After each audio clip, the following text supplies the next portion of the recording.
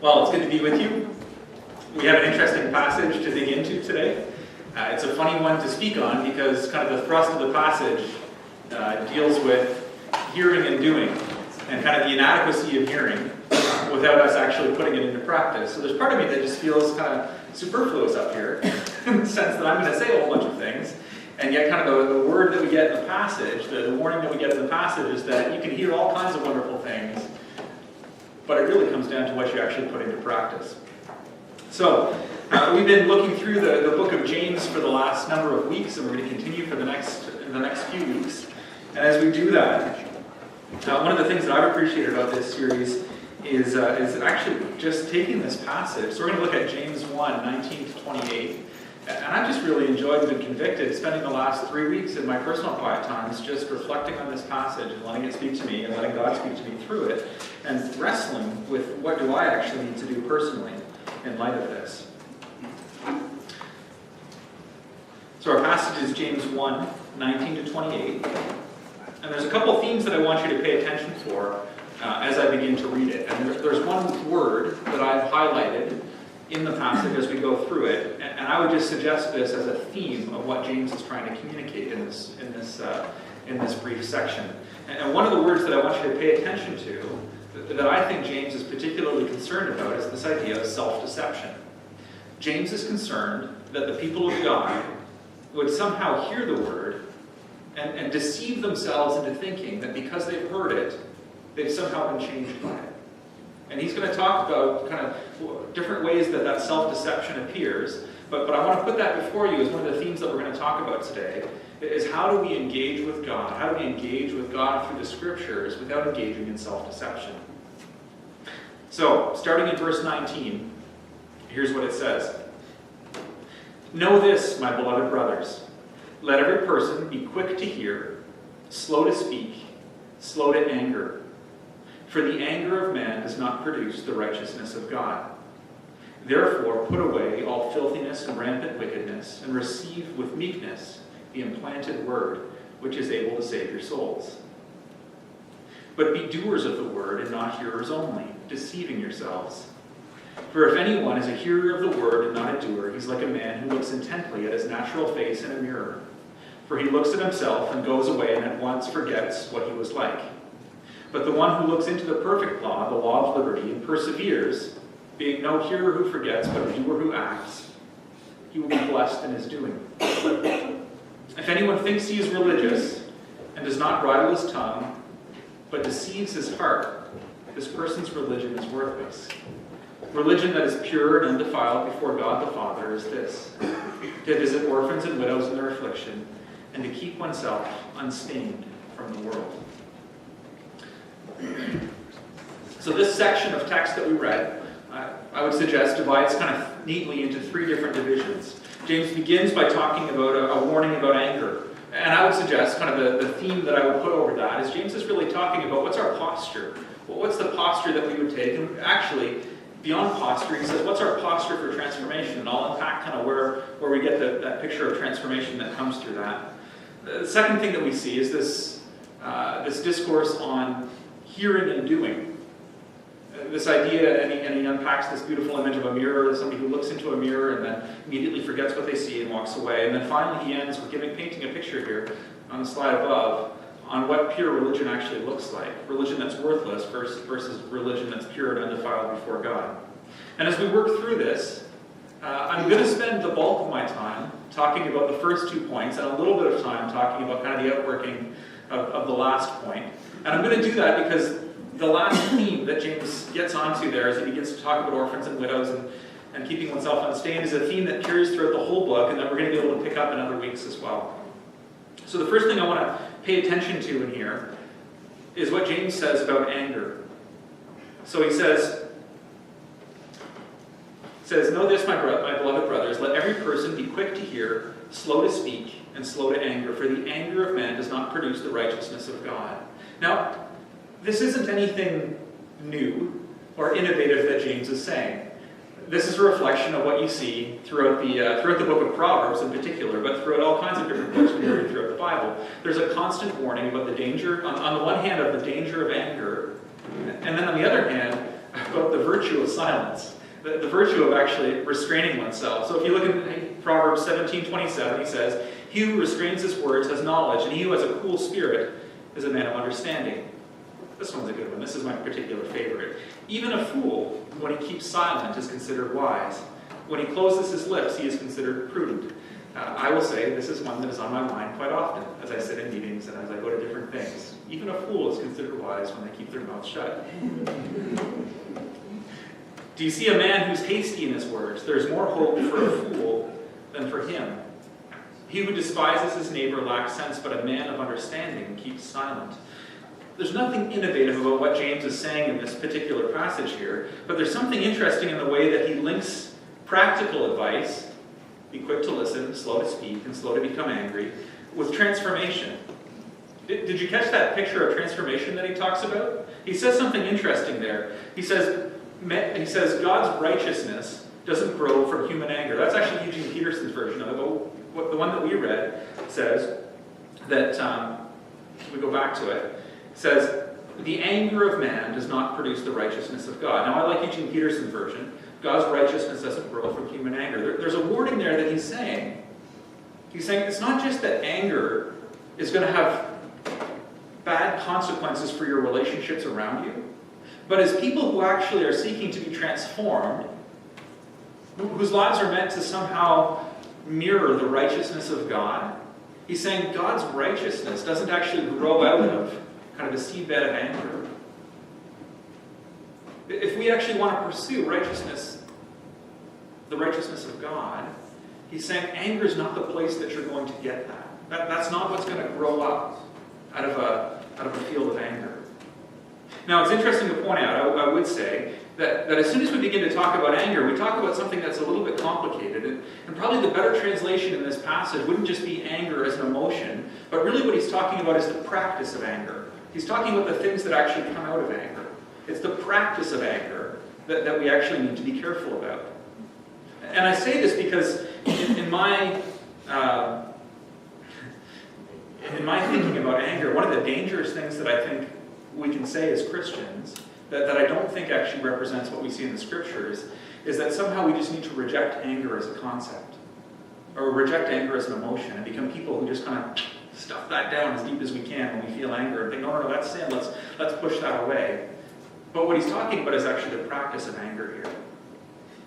Now, what James is saying kind of implies something, right? He's speaking to a particular audience, and it would imply that maybe his audience understood something opposite.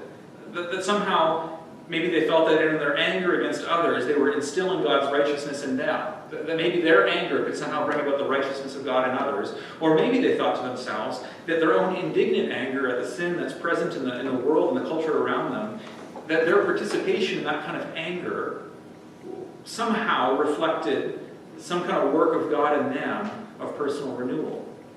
And I get this, right? Because there's part of me that just recognizes when I see evil in the world, when I see injustice, there's a temptation to think that my anger is the right response to that situation. And yet it's a little bit more complicated than that. This past week, I read an excellent book called Just Mercy by Brian Stevenson. And Brian Stevenson is the founder and director of the Equal Justice Initiative in the United States. He's an African-American lawyer who spent his career working to fight injustices in America. He's been working to bring about prison reform, to end the death penalty, particularly for people who are mentally handicapped. He has worked to kind of unpack, to kind of bring fair trials to men and women of color in the States. Throughout the book, he unpacks the legacy of segregation and slavery. Talks about it, kind of how it relates to the judicial system in the States and the ways that men and women of color have been oppressed. And how he's had to come face to face with that in the judicial system and trying to work for reform and trying to represent people who have been treated unfairly. He shares frustrating stories throughout the book. He talks about children of 12 or 13 years old who are routinely being given life sentences. Can you imagine that? At the age of 12 years old, you commit a crime, and in these cases it was non-capital offenses, they hadn't killed anyone. 12 or 13 years old being locked away in an adult prison and being told your life is beyond redemption. You will never see the light of day again. there is no hope for you. We don't know what to do with you. We don't know how to fix you. So while we're 13 years old, he finds them locked away in adult prisons where they're mistreated and abused. He shares a story about how he fought to change laws so that mentally handicapped adults couldn't be given the death penalty, given their limited capacity to understand the crimes that they've engaged in. And he shares stories about simple men and women who had never learned to read and who were evaluated to have the mental capacity of an 8 or 10-year-old, who were being put to death for crimes that they were implicated in. Throughout the book, he shares story after story of injustice and the slow, painful work of bringing change. And as I read the book, I found myself becoming very angry. I found myself very frustrated by the injustices that I read about. And yet the striking contrast to my anger was this man, Brian Stevenson, who was telling the stories. The man who was actually intimately connected to the stories of injustice that he was writing about. Somehow, in spite of all of this, he actually managed to hold on to empathy and compassion for those who were in power. Instead of simply being angry and acting out of anger, there was a sense of justice and empathy that motivated him. And he spent 30 or 40 years now working in this direction. And one of the comments that he makes in the book that I just thought was so profound was that he could easily have let the anger at the injustice that he faced consume him. And the result of that would have been that he would have burnt himself out. He would have blown up the work that he was doing out of anger and fury at injustice. And yet, in the midst of the injustice that he encountered his own brokenness. And because of that, he actually had empathy and compassion, not just for the people that he was working to rescue, but for the people who were in control, the people who were in authority. And because of that, there was a perseverance that was enabled as he continued to work for justice, but to do it not out of a sense of profound anger at the injustice, but out of a sense of compassion and care for people. He talks about this idea that anger causes us to push people away, to reject them, to consider them less. But in order for us to actually show mercy, we actually need to get proximate. We need to get close to the people that we're trying to work with, even those with whom we disagree, lest our anger push us away from them and end any possibility of dialogue. Anger doesn't have the power to transform you, is what I'm trying to say. Anger has the power maybe to motivate you to do some short-term things, but deeper transformation doesn't grow out of the seedbed of anger. It comes from compassion and empathy. It's an experience of love that actually transforms us. God's righteousness doesn't grow from human anger. As I've thought about this personally over the last couple of weeks, here are two ways that it's landed on me. On the one hand, I've considered how often we as Christians have been perceived as a particularly angry group of people. I don't think I need to give you a lot of examples of this. But we can all probably identify with ways that when we look at the way that the church has been perceived in culture, we've been seen as a particularly angry group of people. We're angry about wanting to hold on to territory. We're angry about abortion. We're angry about gay marriage. We're angry about religious education. And these are significant issues that we ought to be engaged in. And yet simply to be angry about them, James is warning us here. God's righteousness doesn't grow from human anger. We need to be quick to listen, slow to speak, and slow to become angry. How would that change the dialogue around these issues if we were not known as people who are angry, but people who actually engage with deep compassion, who were quick to listen and slow to speak, and slow to become angry about these issues? What would it look like for us to engage with our hearts in that way? So on the one hand, I've been convicted about the ways that I contribute to a Christianity that's perceived as being really angry. But on the other hand, I've also just wondered, what do I actually do about the anger that surfaces in my life? Is James suggesting then that anger is somehow sinful? That I should deny my feelings? Well, there's a danger in reading a passage like this that we would react by simply choosing to stuff down our anger by ignoring it or denying it.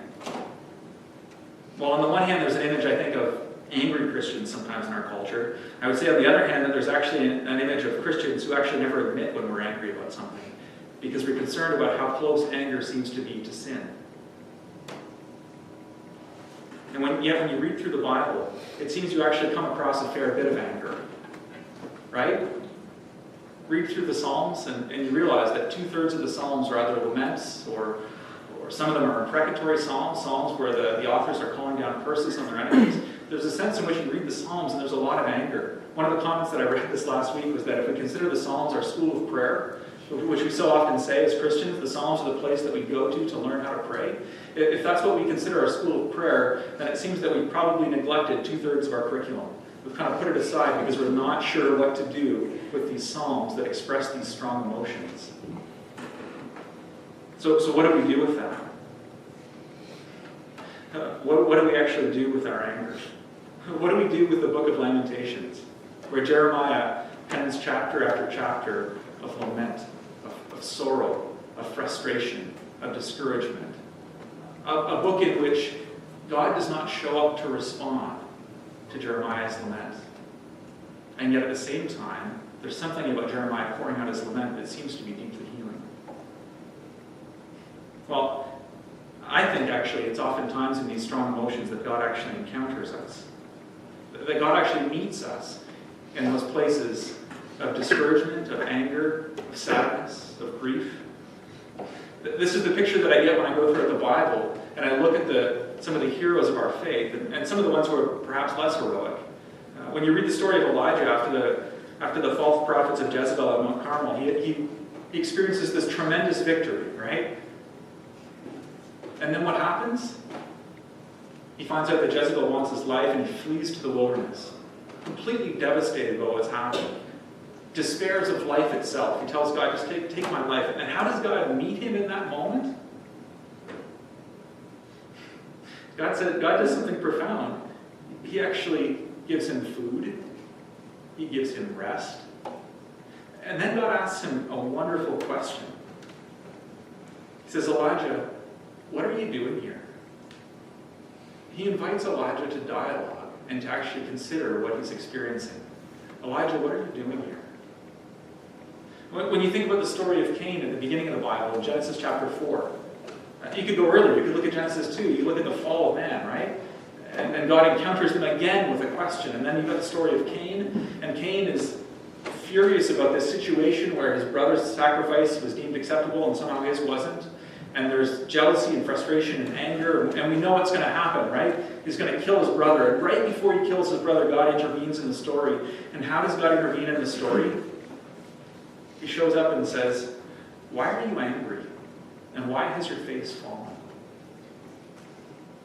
If you do well, won't you be accepted? And if you don't do well, he warns him, sin is crouching at the door. Here's this moment of profound anger in Cain's life, and what does God do? He meets him with a question and says, why are you angry?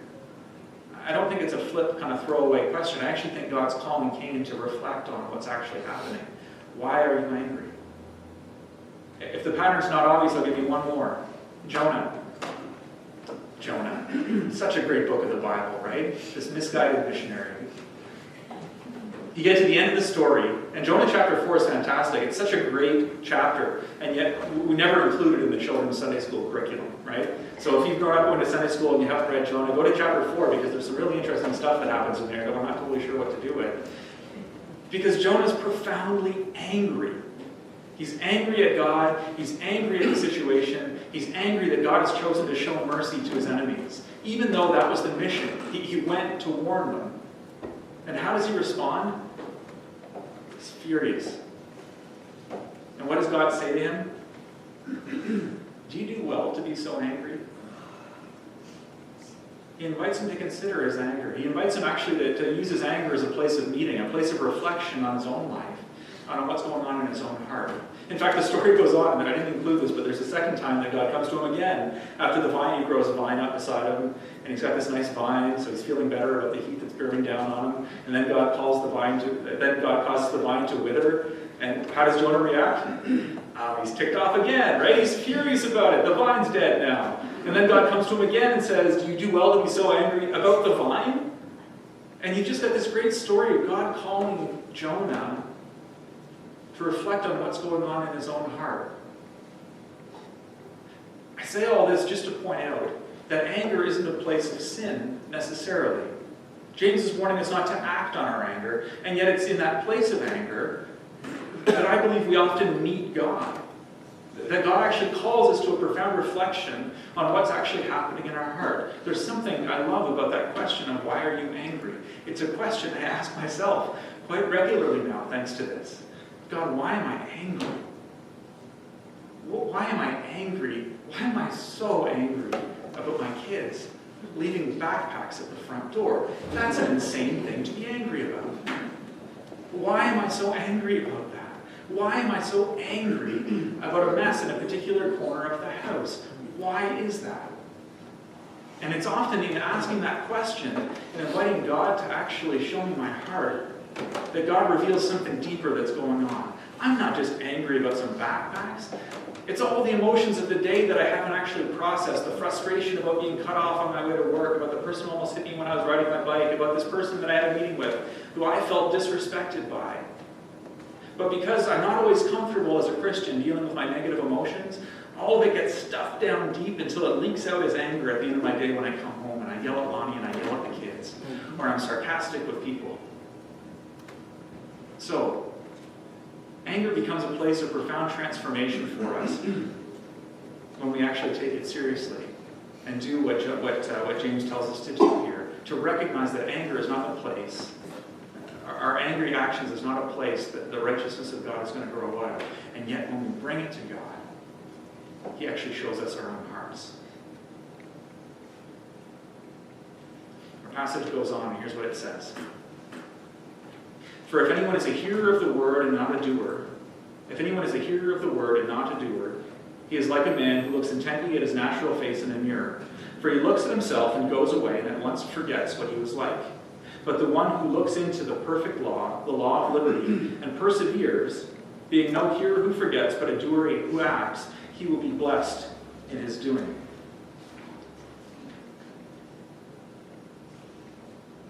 So there's a warning here. Be doers of the word and not hearers only, deceiving yourself.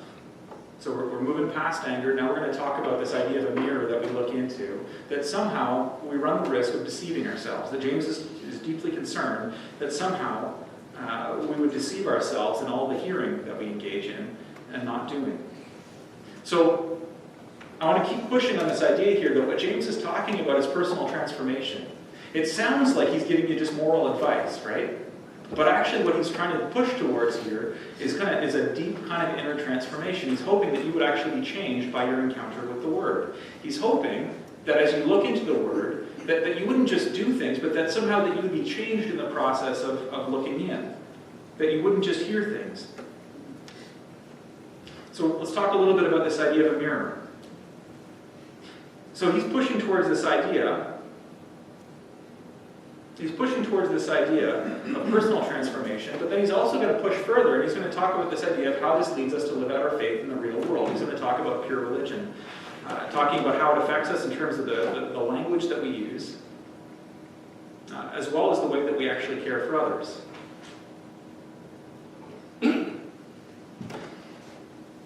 A couple terms that I think we need to understand in order to get at the heart of what this passage is actually saying. So on the one hand, he talks about the perfect law, the law of liberty.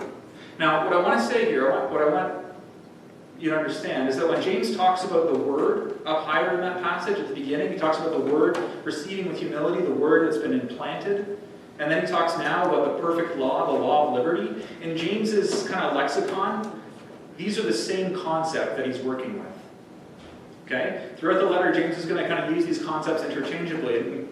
What commentators have noticed is that James is less concerned about kind of a consistent theological voice, and he's more concerned about actually what are you going to do with these things. So he talks about this idea of the word, and then he talks about the perfect law, the law of liberty. And what he's really talking about for both of them is he's talking about this idea that he's talking about a pattern of life conduct. He's saying your life should actually, the word represents ideally the teaching and example of Jesus. He's talking about a life pattern, a pattern of life conduct that ought to take place. He's saying, listen, the word that's been implanted is the teaching and example of Jesus. The perfect law that gives liberty. On the one hand, it's a perfect law. So it's a law that gives you a picture of what perfection actually looks like. And yet at the same time, somehow, this concept of a law becomes a law of liberty, because as you encounter the perfect law, you encounter it without condemnation now, right? This is the beauty. This is the beauty of the gospel, is that we encounter a perfect law of liberty. A perfect law. It gives us a perfect image of what life ought to be like, the example and teaching of Jesus. And yet it's not a condemnation on us. It's actually a blessing. It's something that Jesus actually shows us, reveals to us, not so that we would feel condemned, but that we would actually aspire to it, that we would actually be transformed and reflect it more. And this is what he's talking about when he's talking about this perfect law. He's saying you need to look into the perfect law, the law of liberty. And when you look into it, when you see the example, when you see the teaching of Jesus that's growing up in your heart, the key is to not look away, but to persevere in looking. That you would actually press into it so that you would actually be changed by it. And you're changed by it as you actually choose to put it into practice. James refers to this as a living entity, something that's growing up within us. He talks about the word as a growing living entity that's implanted. He talks about it bringing liberty, which would seem to run against the idea of kind of a static list of do's and don'ts, as we might think of a law. So he's not talking about a static list of do's and don'ts, but he's talking about something organic that's actually growing up within us, this law of liberty that is true and brings life and lifts up Jesus as our ultimate example. One of the commentaries I read said this: Jesus taught an ethic, a law that flows from hearts that are in tune with God's hearts. James points out the same idea in his phrase, the perfect law that gives freedom. We might almost call this a law of the heart, a growing innate sense of God's purpose and pleasure in a given situation. We might almost call this a law of the heart, a growing and innate sense of God's purpose and pleasure in a given situation. This is what James is calling us to meditate on and to receive that's been implanted into us. It's this example of Jesus, the law of the heart. So then what does it mean to persevere in doing? Well, he's clear. He says it's more than hearing. It's more than simply looking in a mirror. It means that we do something with what we've seen. If I consider my life, let me just say, I find it really easy to hear the word on a daily basis. Our daily bread is fantastic, right? We've got all kinds of devotionals and tools available to us. We live in a Christian culture that I would say at our point in history, there's so much content available to us, so many different ways that we can hear the word. You could listen to it all day long. There's an unending stream of podcasts and video resources and books that you can read. There's no shortage of that. And yet I think that puts us in an even greater danger in some ways of assuming that because we've heard it, because we're hearing it, that we're actually being changed by it, that we're actually putting it into practice. That's the danger that I see in my life. So reading something isn't particularly different, but allowing myself to be read by the Bible is a whole other story. That's where I resonate with the word that James uses there, where he talks about persevering in hearing, right? Because he's saying you got to press on to hear. It's not enough just to kind of have it come in your ear. You actually have to persevere in allowing what you've heard to actually inform your view of yourself. You've looked in the mirror, you've seen an image. Now consider how that image might lead you to actually change, might lead you to actually think differently or act differently. And to do that requires a perseverance, because I find myself very easily settling for simply hearing. And yet Jesus doesn't want us to simply hear. James doesn't want us to simply hear in this passage. He wants us to hear so that we would actually be transformed.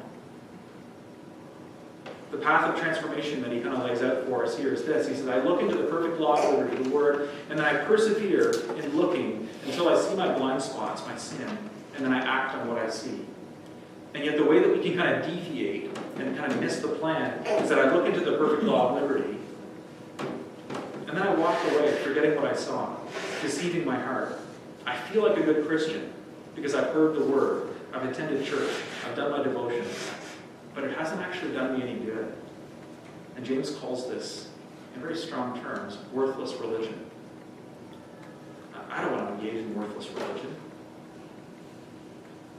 What he's calling us to instead in our personal transformation is that we would become the kind of people who are intimately connected to the life of God.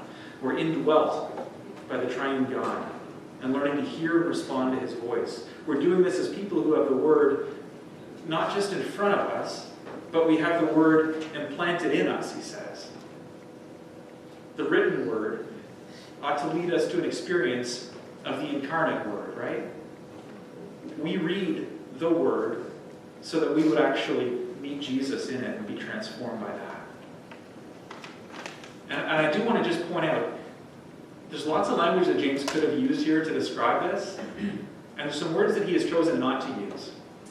James writes as one of the more Jewish writers in the New Testament, one of the writers who is more connected to the synagogue and to the Jewish system. His words reflect that, and yet he's chosen not to use the word scriptures there. He hasn't just said, read the scriptures and then go and do it.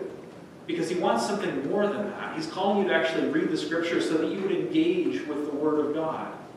That you would actually engage with God himself. That you would read the scriptures so that you would actually be read by the scriptures. Because he's not calling you to read a paper, he's calling you to look in a mirror. So on the one hand, he calls us to look in a mirror, and then on the other hand, he calls us to actually use that mirror as a lens by which we view the world.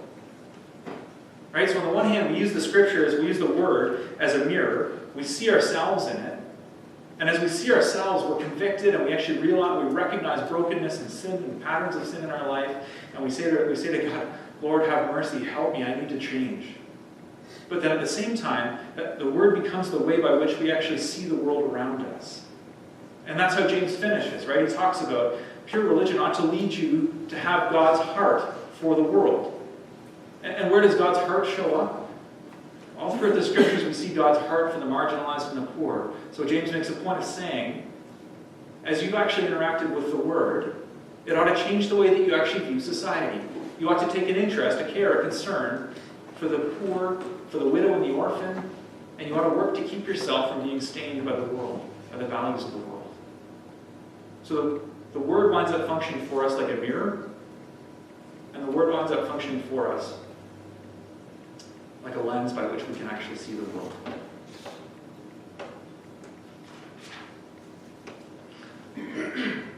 So, let me summarize that last thought.